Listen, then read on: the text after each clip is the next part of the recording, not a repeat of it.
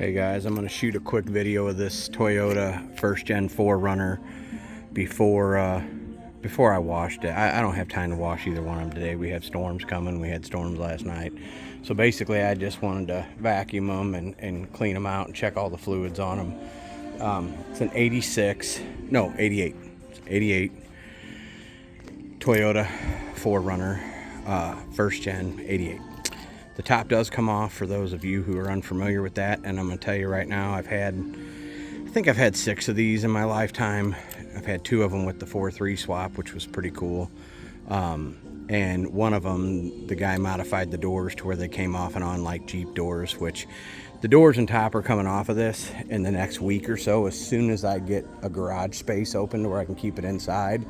And I'm going to tell you now, I don't ever put the stuff back on. If you want to buy it, you better buy it before I take the top and doors off if you don't want them off, because once I take them off, they're not going back on. That's the way we like them.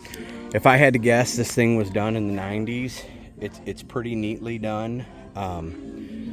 The frame and undercarriage and stuff is some of the cleanest I've seen. The paint's from the 90s, I'm sure of it, and that's the worst spot of it. It checkered a little bit on that door.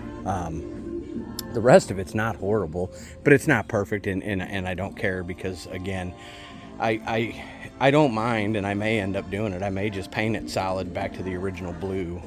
That's kind of the color in the door jams. And I'm questioning whether the top and the tops of the flares didn't sun fade a little bit, because the top is in the top of the flares, but it is some kind of chameleon purpley paint job anyways. The interior is super nice. I drove it today. I got it from a guy. I think he had it for a few years. He used it in his hunting rig, and I believe he tried to maintain it. The oil's spotless in it. The brake light is on all the time. It stays on when the emergency brake is or is not on. I did not play with it yet, but it does get brighter, so I don't know what that's about. The back window does work off the switch.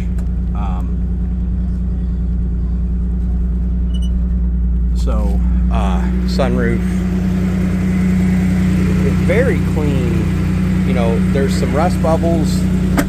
My guess is that's checker and paint. That, I don't believe that's rust on the door I showed you. I believe that's checker and paint. It does have dual exhaust on it. A little trailer hitch.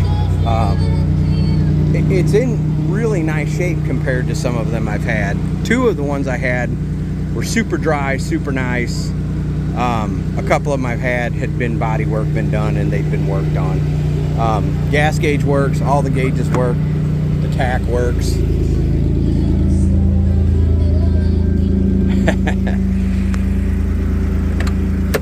Whew, almost locked the keys in it. You heard what it sounds like. It's got an old school aftermarket alarm.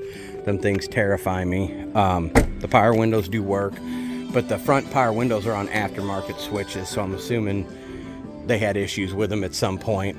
And the power locks work off the key switch. I have not been able to, that radio turns on, it flips open, but no sound comes out anywhere. So I don't know if they took the speakers out or if I'm doing something wrong. Not really a radio guy. If you're not into these, you're not into them. We've always loved them. Kind of hard to find, and kind of hard to find not rusty garbage. So there you go. 88. Now I messed myself up. Is it 88 or 86? I believe it's 88.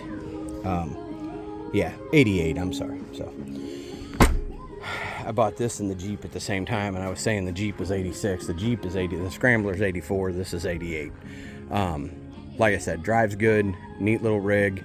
We're gonna have some fun with it while it's for sale, so that's for sure. My wife will be driving it to the grocery store and stuff like that.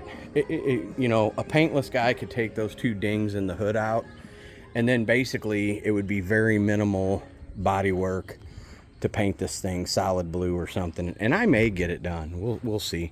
You know, I kind of like not having to be freaked out about parking in parking lots all the time and stuff. When I get these things painted and make them too nice, then we don't want to drive them. So, because, you know, people drive crazy. Anyways, there you go. 1988 first gen 4Runner.